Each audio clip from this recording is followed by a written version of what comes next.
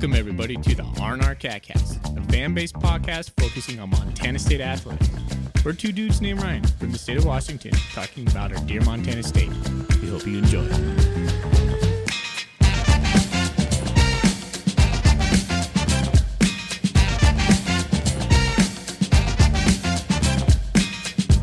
All right, welcome back, Bobcat fans. Thanks for joining us on another episode of the R&R CatCast, the Cat Griz episode of the R&R CatCast. Cat Griz. I'm one of your hosts, Ryan Foley. He's your host, Ryan Thornburg. We are the Ryans of the R&R, the Montana State affiliate of the Big Sky Podcast Network. And we have a sweet sponsor, Gear Up Sports, a youth sports platform focused on solving the uniform and apparel headache for coaches. If you're a youth or high school coach and need uniforms or player packs, please contact them at www.gearupwithus.com and make sure to mention the R&R CatCast. Thorny, Cat Griz Week. The week we love, the week we hate, it's here. Let's embrace it. The best, worst, the worst, best week of the year. Oh, man. It's here. It's here. I just want it to be Saturday. That's usually what happens. Like, I don't want the week to happen. I want the game to happen. I don't want all the build-up. I don't want all the waiting. Don't want all the trash talking. I don't want any of the stuff that accompanies the game except for the actual game day itself. You don't want the 10 podcasts that come out this week and everything that comes out on the media and all the prognostications and the predictions. It's blowing up this year because biggest Cat Griz ever is what everyone is saying. And I get that, but I also don't get that. Montana State Bobcat fan put it best. He is Bobcats46 on Twitter. He follows us and interacts with us. He says, this week there is more stuff to read and watch on the Cats and Griz than there is any other time during the year, and I don't read or watch any of it. I'm kind of in the same boat. Here we are putting out content. Are you going to listen to it? I don't know. I feel like I'm kind of in that boat. There's so much stuff to consume. It's a little bit overwhelming. And sometimes I just don't consume anything on this week. It's funny how I ride that roller coaster. I totally understand where you're coming from. I lean into that a little bit. Actually, one of our listeners texted me today. He goes, what do you think about Cat Griz Week? And I said, I love and hate it. But most of the time, it's just, can we just get to Saturday? Yeah. Because the hyperbole of the moment, the game itself, it feels like it's played in a vacuum. This whole week feels isolated out of reality to me. And to be honest, I'm just going to state it right now. The outcome of this game, I don't know if it matters that much.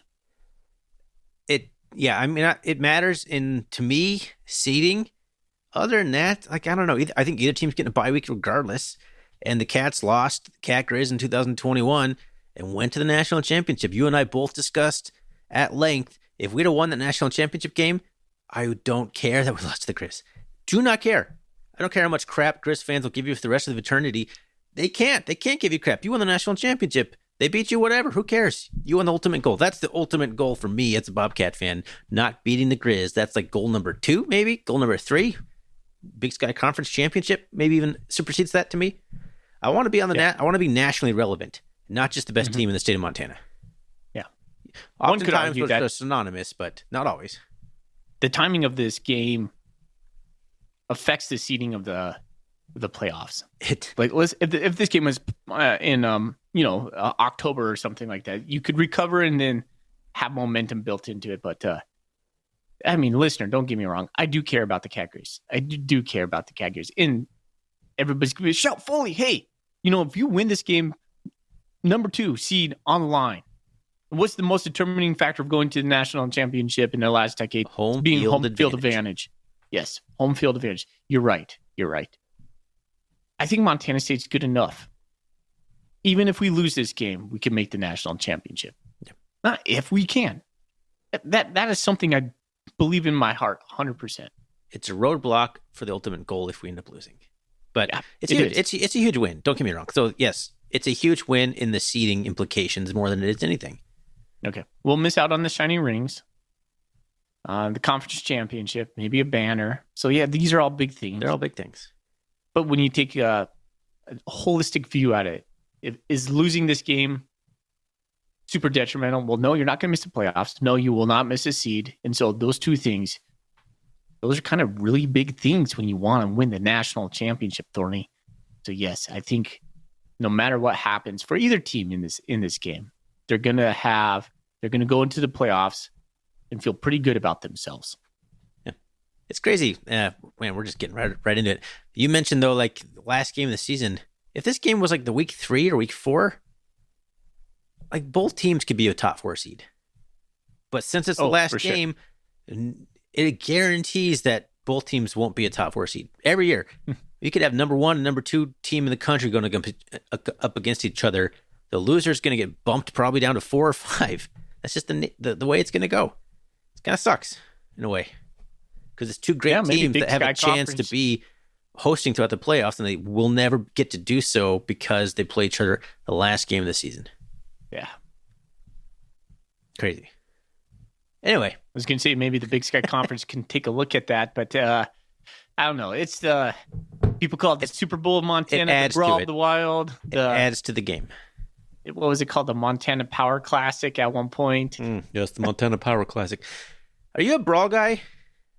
We've talked about this. I don't really care. I call it the Brawl of the Wild sometimes. I know you're anti-brawl. No, man, I love the brawl.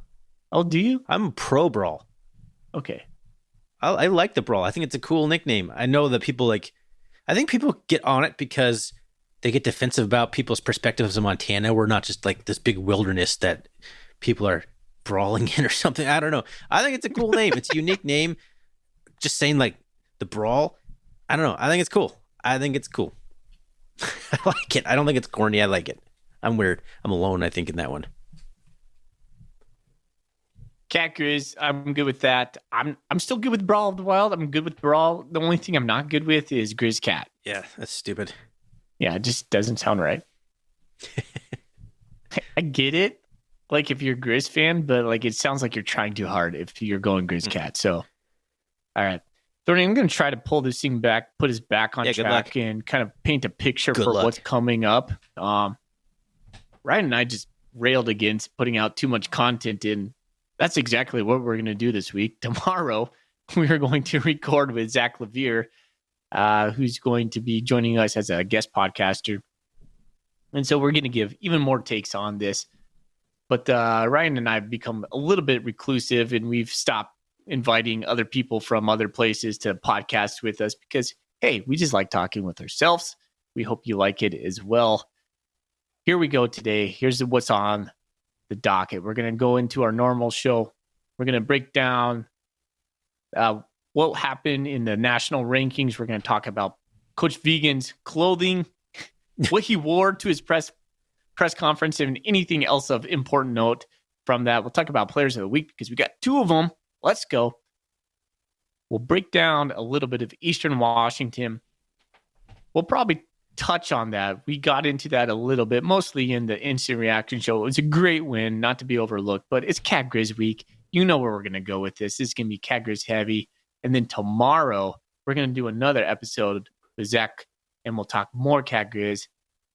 We'll see if our opinions changed, what he has to say. And yeah, we're just going to put out 2 episodes. And if you like it, you like it. But we know a lot of you out there listen to us, and we appreciate you. Because this is so much fun for us.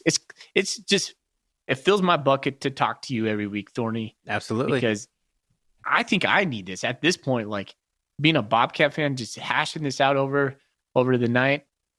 It's part of what I love about being a Bobcat fan anymore. I think it's definitely reduced my time on Bobcat Nation, having this outlet. Because otherwise it was Bobcat Nation. And I love Bobcat Nation, and I still post there a lot. But it's just nice being able to just talk. One-on-one about these kinds of things. It'll be interesting to have Zach on tomorrow because, we're a little bit of an echo chamber between you and I. We share the same opinions on a lot of things. So someone will come in and maybe have some different thoughts, different takes for you listeners out there.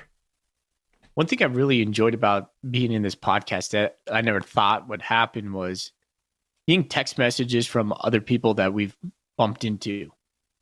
Players, parents, friends of the podcast. They send me messages. How you doing? What do you think about this? it just feeds my Bobcat, wanting throughout the week. And that's really cool. I really like the part of that. As long as it doesn't feed your ego, you're fine. I think it does a little bit of that for me. And that's okay. I like to have a little bit of an ego. I think that's okay. Nice. All right. Before we get into anything, though, I guess we have to talk about what's in our Golden Coolies. Yes, important this week. What's in your Golden Coolie? What's in your Golden Coolie is brought to you by Wilbur Ellis. See Shea Richter and Company over in Fort Benton for all your farming and fertilizer needs in the Golden Triangle. Fully. Kind of doing a throwback a little bit here, kind of maybe a little bit of a curveball. I have Rolling Rock. The old green can, baby. Because we're rolling. Green means go. Let's go. That's all. Like it, simplicity, man. Sometimes you just got to go nice and simple. Rolling Rock was a personal favorite of mine in college. Pabst and Rolling Rock. Big fans. Good for you, dude. Yeah. When you said Rolling Rock, I thought of North Hedges right away. Just went right to my brain. College, for sure. Yep. There you go. I have Black Butte Porter. That's a good one.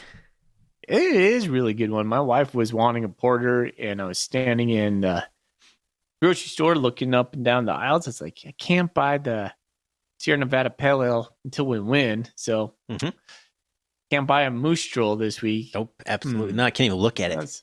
Yeah. So she told me she wanted the porter season. Black Butte Porter. There it is. Plus Brewing. Butte, Montana. Tommy touchdown there. See? Hey, there it is. I like it. Making all the connections for you. All right. There we go. I like it. All right, let's pop over to the FCS football rankings. Which I do not have up. I have it. South Dakota State is, let's see. Oh, this is coach's poll. I'm not going to make that mistake one more time. Let's see. Two times. Yeah, there'd be two times. Two more times.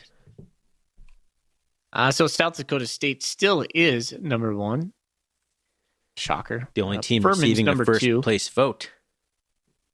No. What's that? I said they're the only ones receiving a first place vote. Yeah. Furman's number two. They're 9-1. And I love this because I kind of hope Furman gets the number 2 seed if Montana or Montana State doesn't get the number 2 seed. Because traveling to Furman, if we're on that same side of the bracket, heck of a lot easier than going through Brookings, South Dakota. Yeah. I'm just going to put it out there. I mean, you'd rather be 2 than 3 that have Furman come to you. Yes. But yes. There is worse potential travel places for a semifinal game than Furman. Yeah. The Grizzlies, number 3. Montana State, number 4. South Dakota, number 5. Idaho dropped to number 6 after losing to Weber. Oof. V's down. Sorry. Delaware up. Just looking at this. Because now we don't usually talk about other teams, but now it's getting to the point where seeding is going to kind of matter. So I'm just kind of looking who else is hanging out here in the top 10. Delaware. Blue Hens. 8-2. You know who's coaching Delaware? I believe they beat a ranked Villanova team, which is why they moved up in the polls. And no, I have no idea who's coaching Delaware. It's the same coach. I can't remember his name right now, but he coached Sam Houston State. Casey Keeler? Yeah. He's back at Delaware. That's where he came from, I believe. Correct. He went from Delaware to Sam Houston. He went back to Delaware. I didn't know that. It's funny. Yep. Fighting Blue Hens. Sac State was 9. They're up to 8 after squeaking by Cal Poly. North Dakota State's up to number 9, so they're in the top 10. They were up at 12. Just hanging out right there. Number 10, Villanova. What if North Dakota State makes a run? Villanova went up, so did they beat Delaware? No. Ooh, I don't know. Either way. I thought Delaware lost. Well, maybe they did. But they went up, I thought, in the polls. This game may have happened 2 weeks ago, Villanova, Delaware. Oh, yeah. Well, with with Idaho losing, everybody kind of shuffled. Feels like up a little bit at the top 10. Oh, so Nova and Delaware play on Saturday. Oh. So that's an interesting matchup right there. Yeah. Delaware fighting for a top 8 seed. Nova, Nova goes 9-2. They're probably a top 8 seed. They'd be the highest ranked CAA team. So I think you'd have to give that best CAA team a spot. It's going to get real interesting. Gonna get funky. There's some big games here. North Dakota State plays somebody good, I think, as well. I don't know who it is, but they play somebody ranked, I think, too. Could it be South Dakota? No, South Dakota beat them already. No, they play either play Northern Iowa. Oh. Yeah. Where are they at? They lost, so they fell down to 22nd. So UNI 6-4 needs a win to go 7-4. If they beat North Dakota State, they'll probably get in at 7-4. I don't know. They need it. So that's an interesting game. Both teams playing for a lot there. I don't want NDSU to have a seed. I want NDSU to go 8-3 and have to travel somewhere, anywhere.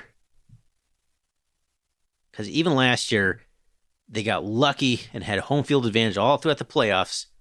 They got somehow seated above the Bobcats, which was baloney to start with. And then, what was it? Incarnate Word beat the 2 seed. Incarnate Word beat Sac State, which gave NDSU another home game. I think that's what it was, because Sac State was 2 or 3 seed last year. Yeah, they were the 2 seed. What was Montana State last year? Were we 4? Because that would make sense why we went to SDSU. I don't remember, though. Yeah. You may have been higher. No, we were... Yeah, we must have been 4. Anyway. I think we can go as high as 3 this year. I don't think we'll get number 2. Worst thing that can happen to the Cats is we win and we get the 4 seed somehow. And we go back to Brookings in the semis. That would piss me off. But yeah. I could see it happening, which makes me mad. Would you rather face the Bison, or excuse me, not the Bison? Would you rather face them in the Jackrabbits in the semis, or would you rather face them in the national championship? National championship. Yeah, I guess so. Because you can make the field neutral, if not pro Bobcat, and it's not going to be the frozen tundra in Brookings. Yeah, that's a good point. Good point. All right. They're your FCS rankings. They matter right now. They do. Okay. Well, get into the presser and when Coach Vegan was wearing. And now, Bobcat fans, it's time for F&F Fashion Watch, brought to you by Foley and Fisher, the only two that seem to really care what Brent Vegan is wearing at his press conference. Coach Vegan had a navy suit on, white shirt. He had, a blue and gold striped tie. So, I think Roger screenshotted it and took a picture and put it on Twitter. So I saw it. Looked good, man. Looking good for Cat Griz. Nice Bobcat situation going on there. I like it. And you all know that I write out all my notes, and it's on a steno pad that's half cut with a blue line, if you know what that means. Thorny, I almost messed this up because next to white shirt on my next note over on the next column was red shirt. Speaking of a red shirt, freshman or something like that. I'm like, what? Can you imagine Vegan going up there and just rocking a bright red shirt underneath his blazer? Paying homage to Eastern. Oh my gosh. All right. Yeah. So there you go. Coach Vegan looking good. Stood up there for almost 40 minutes. Coulter Nuanez gave him about a good 15 minutes at the very end. And I was like, Coulter just kept coming at him. And I was like, geez. All right, Coulter, give it your classic. This is the last one from me, Coach. He went long. He's just trying to squeeze every ounce of the Cat Griz so people get the listens in. So anyways, good for that. Prior to this, did you watch any of the post-game press conferences with Noel Naskelson and Sean Chambers? So, no, I started some, but I didn't finish them. But again, just not consuming too much content this week. Two observations from that. Some guy, I don't know who it was, I couldn't recognize the voice. They were asking some kind of funny questions or off-topic questions, and they asked who would win in a fight Champ or Monty? And of course they said Champ. And the guy goes, well, what would Champ's finishing move be? And it was kind of awkward. But then Nolan Askelson saved it at the end. He goes, the people's elbow. The people's elbow. Nice. The people's elbow. Askelson looked 100% mad / locked in. I loved it. He was like, he wasn't even turning his head. He was just turning his eyes to look at the reporters. He was facing deadpan forward. Victor would look at him or give him a question. He would just be, cock his eyes to the left. Just give great answers. He's locked in 100%. When I saw his demeanor, I was like, oh, it's Cat Griz week, baby. So shout out to Nolan. Okay, let's see. Coach Vegan said Sean's per play production, it's hard to beat. And that's true. I want to talk a lot about Sean Chambers, and I'm going to withhold any comments on that because I think that's going to be a big conversation. He's going to say it's going to be the battle of the wills for us to run against their defense, and we're going to have to stay the course. Well, that's a big key in this football game. Injury front, Drew Polidor, he's going to be available. I don't know if he's going to play. He just said he's going to be available. Danny Yu, same, available. Not sure he's going to play. Train will be practicing this week. Again, I don't know if that what that means. He's practicing, but will he play? Not sure. Looks like Aiden Garrigan will be back. That's the only for sure thing I could say from Coach Vegan on that. No, I mean, that's definitely more positive injury update than we've had in some time. Yeah. The only other notable thing he said is we need to play the game on our toes, not on our heels. He mentioned when did we get beat? Was it 2021? Yeah. 2 years ago. He said in 2021 we played on our heels. So absolutely, like we need to be the aggressor, not the reactor. That was such a weird game. It was. But last year we were the aggressor, 100%. Yeah, it's a weird thing. He kind of mentioned. He said we need to be unpredictable and attack the width of the field. We need to be able to do what we do, but we need to make them not know what's coming. And if we can do that, we're going to have success and we're going to be able to get ahead of them.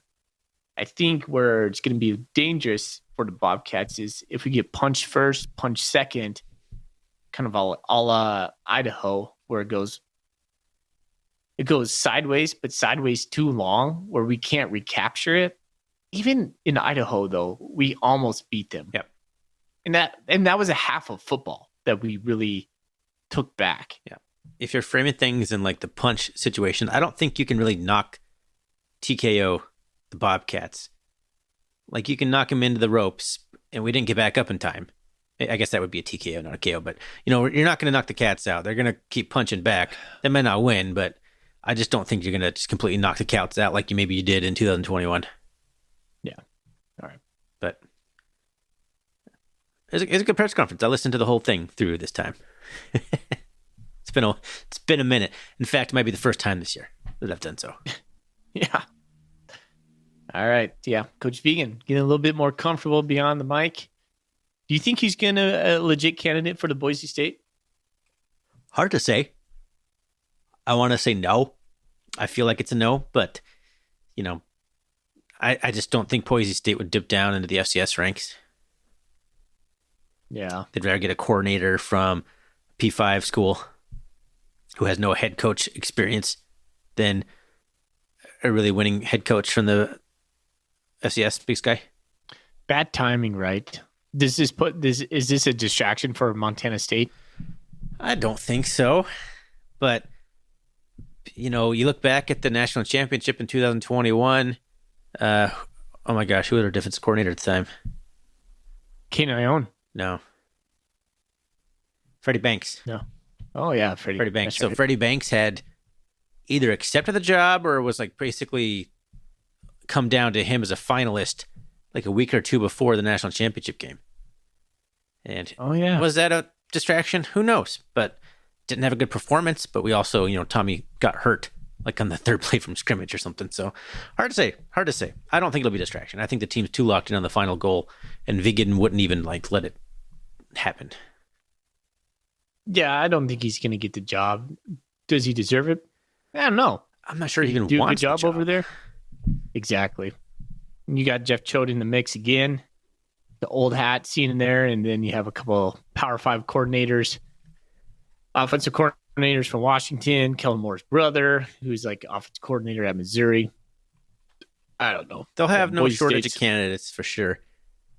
Boise State's weird, man, because they were once like the darling of college football. They just feel kind of It's the middle of the road right now. It's because they kept getting shut out. Yeah. They tried so hard to get into the upper echelon of the college elite, and the upper echelon didn't want them inside. And eventually they kind of just fell off because they just couldn't get there, and they realized, maybe they didn't realize, but people realized, like, they're just not going to ever be invited into the Cool Kids Club. And it's lame. I liked Boise State. I love the run they went on. I wish they would have been able to parlay that into something bigger, but they're still a Mountain West squad, man. Yeah, there it is. The Mountain West squad. And that's what it comes down to. They're not playing in the Big Ten. They're not playing in the SEC. Yeah. You're not going to be nationally reputable when you're beating San Jose State, New Mexico State, Wyoming, Colorado State. Exactly. Yep. All right. We're not here to talk Boise State. We're here to talk Montana State beating Eastern in the Cat Griz. We've hardly mentioned a peep about this so far. We are 26, borderline 27 minutes into this podcast. We've oh yeah, by the way, we beat Eastern Washington. Kicked their butts, kicked them. The butts off of them. I know what you're thinking right now. Actually, no. I did think about what you said, but it was me also saying something stupid. Kick the butts. Like, where do I go from here? I said it. Now I got to somehow navigate that first part of the sentence I said somewhere. Got to land the jet somewhere. Sometimes, man, I give props to anybody who can do like live radio. Yeah. I trip over my own words too much. I stutter too much. I stammer. I can't do it. I think I've gotten a lot better on this podcast since when we first started, but I'm nowhere near somebody can go on the radio and not sound like an idiot. Yeah. But now we're doing the no edit things. We're basically on the radio because we're not going to edit any of this. Yep. Get what you get. Get what you get. You better like it. Well, do you like stats? Are we at the point where we're going to talk some stats? I wrote a ton of them down. Let's talk about them. Let's talk about the stats. All right. Bobcats crush Eastern Washington 57-14 in a game that was over like partway through the second quarter. Yeah. So we're going to go down the stats here. Eagles had more first downs, 19-16. The Eagles were just 4 for 16 on third down, man. That was the Cats did a really good job of getting off the field on this one. It was such a change from the previous Idaho especially, but even Northern Arizona a little bit. So that was good on the Cats. Cats were 6-12 themselves on third down and 1 for 1 on fourth down. Pretty early in the game, I believe they went for it on fourth down. 551 yards of total offense for the Cats, 276 through the air, and 275 on the ground. So the definition of balanced, at least in terms of output, not in play calls, there's plenty more rushes than there was passes. Eastern had just 394 total yards, not just, I think that's decent, 394 total yards, 331 through the air, but just 63 on the ground on 32 attempts for 2.0 yards per carry. Quietly, the Bobcat rushing defense is actually playing really well. It's the passing defense that's kind of getting us a little bit. Teams are being able to move the ball, but we're stuffing the run game, which trends well going into Missoula next week. 5 penalties on the Cats for 65 yards, 3 penalties for Eastern for 22 yards, but this is the big stat of the day. 3 turnovers, Eastern Washington, 2 interceptions, and a fumble recovery. And time possession, just pretty much about dead even, about 30 minutes apiece. Eastern had 8 punts for 347 yards. We had 5 punts for 258. It's crazy we punted 5 times in this game and scored 57 points. Might be a 3. No, that's a 5. Either way, 5 point. Either way, scoring 57 points and punting at all. Yeah, it is wild. Did you listen to real quick? I was listening to Vegan talk about Cat Griz a little bit, and he just kind of casually mentioned we didn't punt last year. Yeah, he says if we can do that again, that'd be good. If we can do that again, that'd be great. Just not punt the ball one single time. Just thought that was kind of funny. It was kind of funny. His Midwestern humor comes through sometimes. It's just kind of sneaky. I like it. All right, Eastern is 1 for 3 in the red zone. We were 4 for 4. We continue to be pretty good. Eastern had 2 sacks for 11 yards. Must be on Jordan Reed. I can't think of other ones. I remember at least one on him. All right. We had 5 sacks for 34 yards. And they were 0 for 1 on field goals. We were 1 for 1 on field goals. Yeah, won the field goal battle, baby.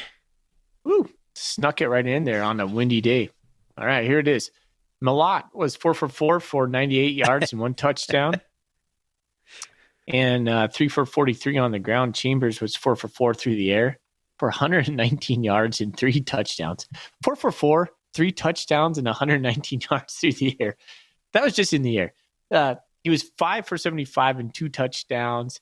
Oh, and we forgot to say player of the week, co-player of the week, offensive player of the week in Big Sky. Yeah. Who else was it? The guy, the UC Davis running back. Oh, Larson. Yeah. He had 276 rushing yards. That's fair. Right? I mean, come on. So Jordan Reed, 7 passes, 7 for 11, 59 yards, and 5 for 7 rushing. I love when Jordan Reed rushes. Like, it's just like half the speed of Tommy Malott, but he gives it his all. Like, he's not slow. No, he's not. I think he's just Tommy Malott and Chain. Well, he's one of those guys that's so tall, he looks slow. Yeah. But he's covering a lot of ground because he's, 6'6" or something, right? He's a long dude. Scotchy Humphrey had 3 carries for 84 yards with the longest 74. He had 1 catch for 63 yards. There's something that. Yeah, so we had like 150 total yards from the line of scrimmage on 4 touches.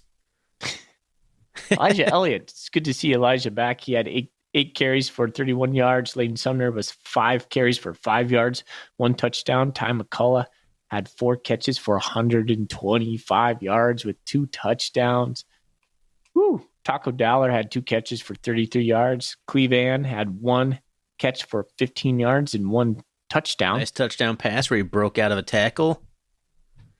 Yeah, it was a bullet from Chambers. Blake Stillwell led the team with 7 solo and 9 total tackles. In the absence of Drew Polidor, Blake Stillwell's been playing really good. He's going to be really good for the Cats. Yeah. He's not to Drew Polidor's level, but he's coming along, man. Yeah. And I think what Drew Polidor does so well is recognize play and just attack. Blake Stillwell is getting there. He's getting there. Yeah.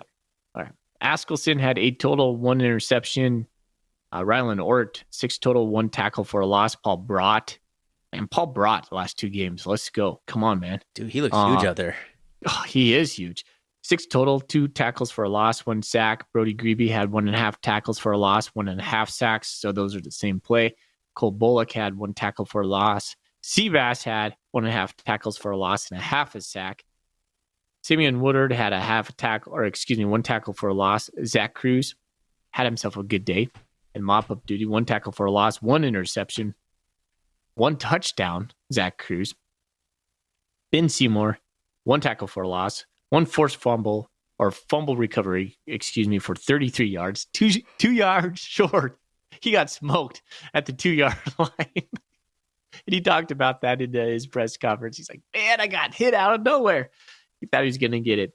He had a scoop and score last year. Do you remember that? Yeah, who was that against? I do remember that. I think it was Weber. Yeah, you might be right. Yeah. Sticks Hall had 5 punts, long for 62, and 4 inside the 20. He was the special teams player of the week. We have some listeners who are saying that he should be like the boot or something now, the leg, something.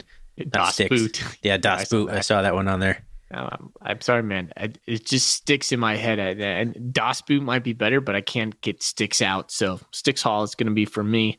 Kotzman, Casey, 6 for 8 on point afters. So there's something maybe to talk about with, I don't know, maybe we could talk about that. Maybe it's something we wait with Zach. He had a field goal for 35 yards. And then 2 Eastern players of note, Kiko Vesperis, 27 for 36 for 329 yards, 2 touchdowns, 2 interceptions. Take that as you will. Efton Chisholm, star receiver, big sky, stud, 9 catches, 94 yards. Blake Goebel, 5 catches, 26 yards, 1 touchdown. I like Efton Chisholm. I do too. I don't know why. I mean, his name is Efton Chisholm III. If that doesn't sound like the richest guy preppy guy you've ever heard, I don't know who does. That guy comes from money, old money. Although, why is he Eastern? What was Texas quarterback's name way back when he Texas Longhorn? He had a cup of coffee in the NFL. He's backup quarterback, but he had such a rich name. Who am I thinking of? I don't know. Oh, I'm sure. I'm sure as soon as you say it, like, oh, of course. But I can't think of a single Texas quarterback right now. Not like Bryce Young, Vince Young. I'm thinking of Vince Young. He's I'll look him up as you start talking. All right. Okay. You look up Texas Longhorn quarterbacks because that's what the people are here to listen to. And I'll start talking a little bit about this game, hopefully. So we talked a lot about this game already kind of on the Instant Reaction show. I was thinking more about this, though. The style points in this game, I think, were important. I think we had mentioned, somebody asked Golden Coolie questions about that, and I kind of was a little bit dismissive in terms of, like, I don't think it's that important, but now that we've done it in a way that's 57-14, like, it feels good. That does, I think, present ourselves a little tiny bit better, inching our way towards a top 4 seed, assuming we can beat the Griz. If we can beat the Griz 3-0, it doesn't matter. Like this is a style points matter, and next week will be would be a top 5 road win. So that's going to count no matter what, how ugly that is. So I think it's important. So I was pretty happy with just the final score. And Eastern couldn't stop anything, man. They couldn't stop our backups. They couldn't stop anybody. Major Applewhite. Major Applewhite? Major Applewhite. Never heard of this person. Who's richer, Major Applewhite or Efton Chisholm III? I don't know. They should join together and form a lawyer firm, an accountant firm. Applewhite and Chisholm.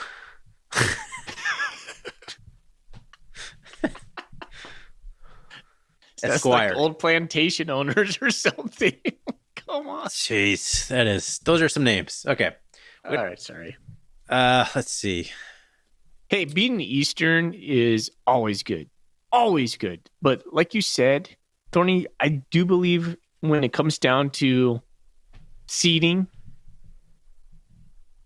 I think the playoff committee is kind of like, what have you done for me lately kind of feel? Because that matters. It does. Whipping Eastern at home matters. And when we can buy someone matters too, but not in a good way. Yeah, if you're competing with a team like Furman, who's going to potentially have one less loss than you, but a weaker strength of schedule, but they've been like, Furman hasn't been winning big. They've had a weaker schedule, and they're not really winning by a lot. So if you have a better schedule, one more loss, but you've been blowing teams out, I mean, that might be the tiny little, push you need to get over the top of Furman to jump them in the seeding. So maybe it can't hurt. I'm tired of these Furmans and Delawares of the world where you're like, would Furman hold a candle to Portland State? I mean, I don't know, man. It's easy to sit here and say like Furman would be middle of the pack in the Big Sky or something, but I don't know that. I haven't watched a single second of Furman. I take that back. I watched a little bit of their Chattanooga game, but I think their quarterback was out that game. Take that with a grain of salt, I guess. But I don't know. I feel like these Southern Conference teams, the Southland teams, all these kinds of teams, once in a blue moon, they have a team that's dominant like Sam Houston State was. But generally, their best teams are not great in the playoffs and not good against the Big Sky, it feels. I miss Sam Houston State. I never thought I would say that, but they were good for the FCS. They were fun to make fun of, and they didn't have very good crowds and all that stuff. But they were a good football team. Yeah. Say what you want about everything else and the hideous uniforms and all that. They could play some football. And they were consistent, man. They were good every single year. They're in the national championship games against North Dakota State. They were always competing. And they were smoking Fast, the Bobcats. Physical. They were smoking the Rob Ash Bobcats. Gosh. Killer instinct of Mother Teresa, Rob Ash. Yeah, that's right. But yeah, I mean, just one less good team in the FCS. But now, I was sitting there thinking about this today. The 1 seed and the 2 seed should always be a Big Sky team or a Missouri Valley Football Conference team, period. Yeah. I mean, in perpetuity, maybe. That's you're just saying that carte blanche, it's never going to change. Yeah. I don't know if I agree with that. Yeah. I mean, there will be extenuating circumstances. A Furman, for example, their out of conference wasn't very good. They played Tennessee Tech. They played, I forget who it was, Mercer or somebody, some other not impressive school, and they lost to an FBS team. It's okay. Now, if they had an FBS win on the resume and they were undefeated, absolutely 2 seed. I mean, you could almost start arguing a 1 seed at the point, but I don't know. The best team from the Southland shouldn't be seated higher than the team that wins the Big Sky Conference title outright. I know. That's what I start to wonder about this stuff. I'm like, does the playoff committee say they're in their little conference room that they have this meeting? They're like, well, Furman, they went 9-2. We gotta let them represent somehow. But everybody knows. They're like, yeah, but they're still not as good as Idaho, or you just can't. At one point, you're like, well, they won 9-2. What else were they supposed to do? We gotta give them.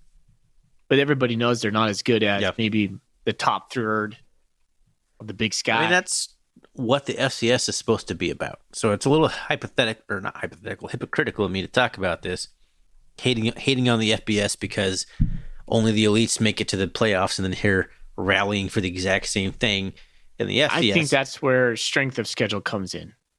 That's where you really have to look and put a lot of weight in strength of schedule. And if you don't like that, then play a better schedule, be in a better conference. I don't know what to tell you. You gotta. I mean, and the FCS is weird too because there's money games, but not every team has to play a money game. So it's like punishing the teams that don't have the finances, so they have to go lose to an FBS school. So that's why the committee kind of throws those out. So that's weird then. So okay, if you throw that out, then Furman's going to end up 10-0 if you're not counting the FBS loss.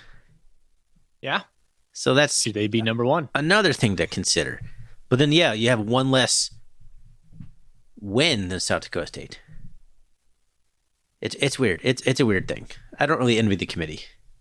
Nope. We can rail on their final decisions and all that stuff, but it would be hard. Let's talk about that next week when we have the playoff selection in hand. Yes. Okay. Keeping on the Eastern Washington game, another big positive for me in this game was taking out the starting offense in the beginning of the second half. Tommy was out, Chambers was out. I don't know who we were rocking at quarterback. Did Scotchery go the whole second half? I know Julius Davis only had 5 carries. He didn't even play in the second quarter hardly at all. We took him out pretty early on. I stopped keeping track, man, to be honest with you. I saw Jordan Reed got in there. I'm surprised Chance Wilson didn't get any play or somebody else. I was hoping to see a different quarterback. But I disagree. With the propensity, not the propensity, but our starting quarterbacks, one of the two is almost likely to get hurt in the playoffs. Right? If it's just we haven't gone an entire season. Even say anything like that. We haven't. We've had 2 seasons of Sean and Tommy both being Big Cat and Little Cat, and they've both missed chunks of games, multiple games each. So you need a third guy ready to go. You can't be messing around. If Jordan Reed's the guy you want to be the third guy, He needs every single rep, not Chance Wilson. No, they're not going to do that. They're not going to mix any other chilies in this season. Yeah, if Sean Chambers go down, Malott can go stem to stern. Malott goes down, Chambers is going to go stem to stern until they can't. Fair enough. But you just have to, I mean, you got to have a guy ready to go. So I don't know. I get what you're saying. Right. And that's the most likely answer, but I prefer to have put all the chips into one guy at this point. Chance will have plenty of time. Well, here's my thought on Eastern. We took their souls early, and it felt great. I didn't even get to watch the game for the first half, and my phone was blown up. I was like, how are we doing? We're looking dominant. Every time, every 5 minutes, I was like, oh, man, another touchdown. Go Cats. Took care of business. You did what you need to do. Now we're rolling into the Cat Griz, just as we should. It's weird talking about Eastern Washington like we just beat Northern Colorado.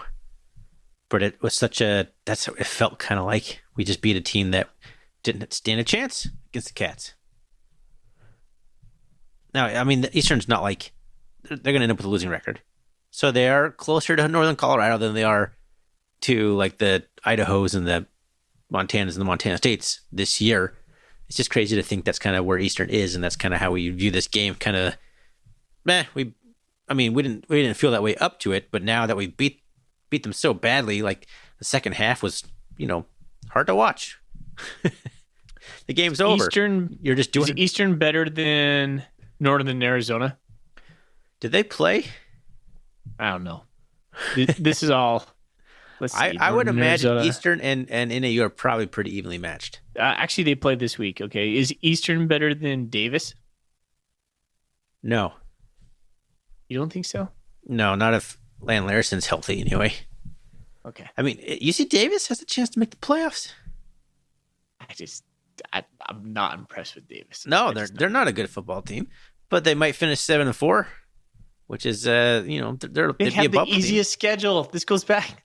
This is why we do this podcast. We rank their schedule by far the easiest schedule. That's why I picked them to go like 8-3, and they could finish 7-4 and not be too far off. I didn't have them losing to NAU. Other than that, they're kind of on schedule. Like, if they beat Sac State, that'll be a top 10 win on their resume, 7-4. Yeah, and I feel like Sac is trending down right now too. So that could be that Causeway Classic is going to be a matchup. How about Weber State? Just looking at my schedule right now. Sorry, I wanted to get too off excited tangent. About Weber State right there. Woo! You're probably more excited about anybody else than Ogden has been excited about Weber State. Gosh, after going to the Kibbe Dome, oh man, the interactions I had at the Kibbe Dome, losing and then coming home and getting COVID all within a day was just a bad experience for me. Yeah. So I don't know.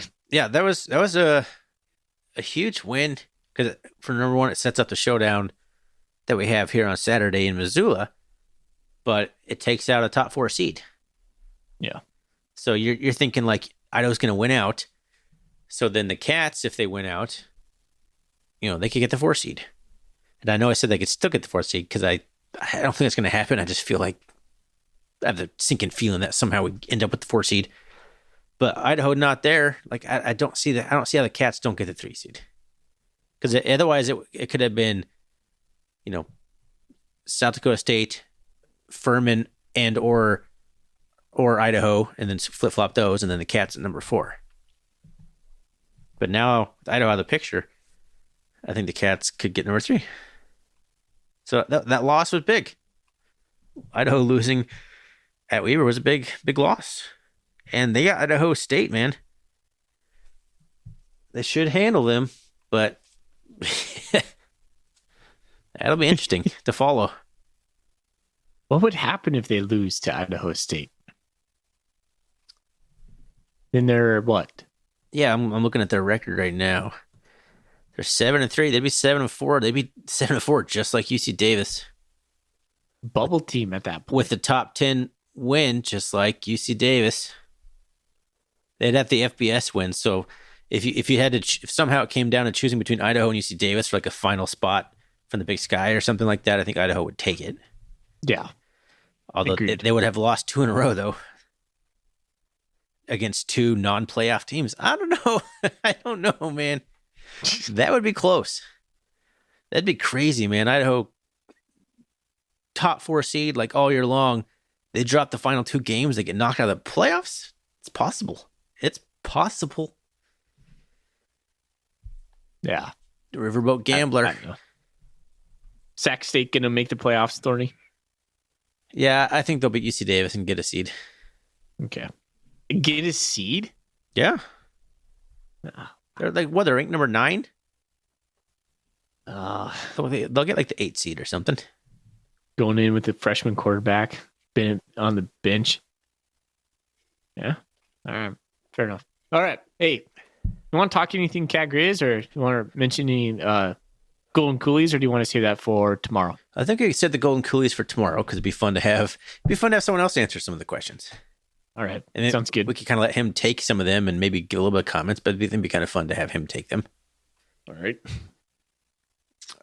I didn't know how this episode was going to go, but we're 50 minutes into this already, so we could call it here.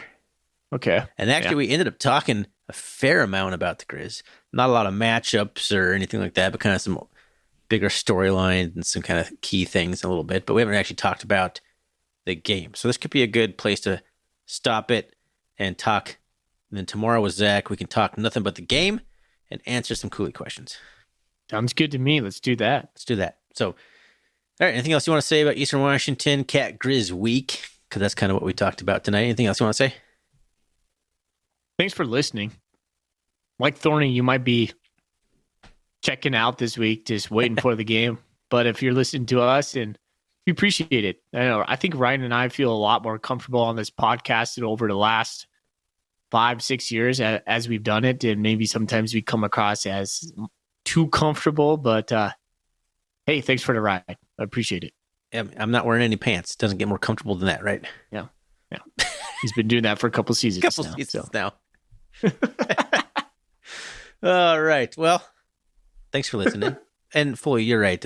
We just appreciate everyone who's been listening since the beginning, since this episode. Sponsor. Whenever you started listening to us, we appreciate it. Thanks to our sponsors, Gear Up Sports and Wilbur Ellis. You can always find us on the web, rrcatcast.com. You can find us on Twitter, rrcatcast, Instagram, which Zach's kind of handling now, at rrcatcast. And fully, let's get out here before we talk about the Griz. So the final non-Griz chat, I guess. I'm rambling. Go Cats. Go Cats. Go Cats.